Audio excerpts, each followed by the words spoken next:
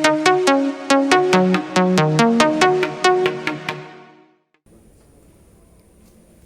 for apple, B for bat, and C for car.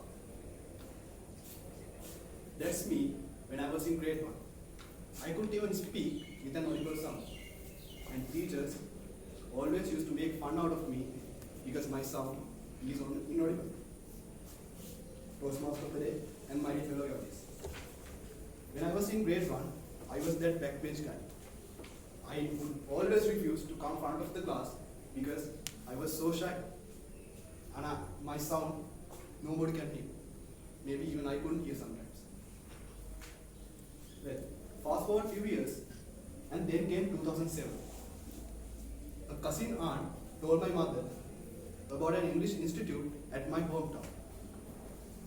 Trust me, her marketing skills were so great that my mother sent me to that exact class on the very next day. Okay. Then there was a placement test at that class because sir wanted to check my skills in English. Exam was held at basically 3 categories: the spoken English, the writing skills, and the listening skills as well. Well, this particular spoken English part, trust me, I got 95 marks out of 100. I was kidding, right? I got only 35 marks, much below the average marks that sir asked me to sit on a class with a bunch of kids who are like 2-3 years younger. Imagine yourself being placed on such a class with bunch of kids like who are 2-3 years younger than you.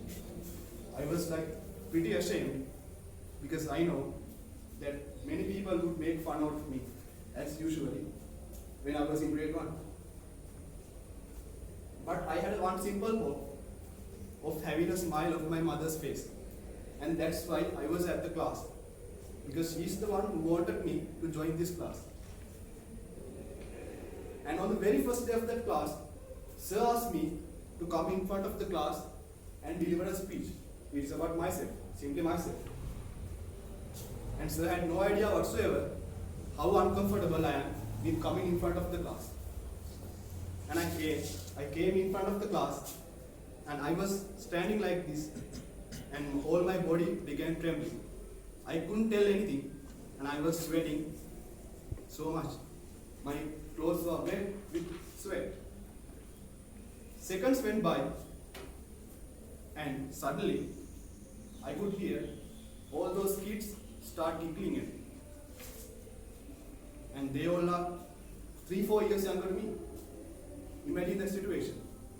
I felt like I'm a loser. I felt like I did not fit into this system because 3-4 year younger students are smiling at me because I couldn't tell anything in front of the class. And sir realized that I couldn't do anything because I can't speak. And then sir asked me to go back to the class where I was. And I stood.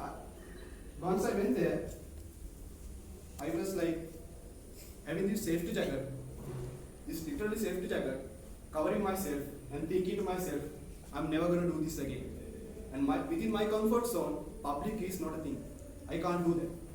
And I was comfortable and cozy with my own comfort zone, wearing this safety jacket, and I'm not going to do that. That's what I felt on the very first day. Weeks went by, and on one week, a miracle happened.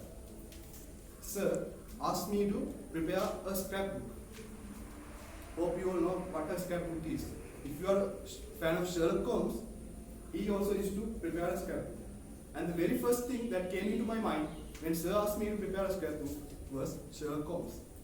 And I had no idea whatsoever what did a scrapbook has to do with my own public speaking abilities. What sir asked me to do was to cut and paste those newspapers and to go through that articles and to find those difficult words. And sir would ask on the very next week that I have gone through those papers. And I took up this challenge for granted because I didn't want my sir to get upset about myself. And then on the next week, sir started asking questions from those articles that I have pasted. on the very first time, I couldn't do it well. But as the time went by, I realized there's something special. And I started practicing, and I went home, and there were weeks when I practiced in front of the mirror. And in front of the mirror, I practiced so hard that on some time I could hear mirror was giving me applause because I was doing well. And trust me, from then on, I could at least go in front of the class and tell something.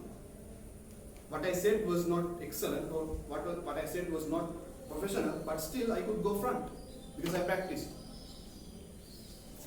So my dear fellow Gavelians, all the time what I did was I was wearing that safety jacket. I was wearing this safety jacket and I have defined my own comfort zones. I never try to go out of it. And as the time went by, what I realized was I need to remove this. And I was lucky enough to be here, and I'm pretty proud to say that I have almost removed this so-called safety jacket, so that I'm not afraid to expand my own comfort zone and deliver public speaking as well.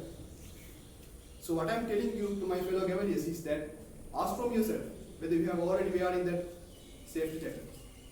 It's time to remove it, because the more you wear this, the more you are going to lose, because you have no idea that you are being caged inside this comfort zones. Over to you.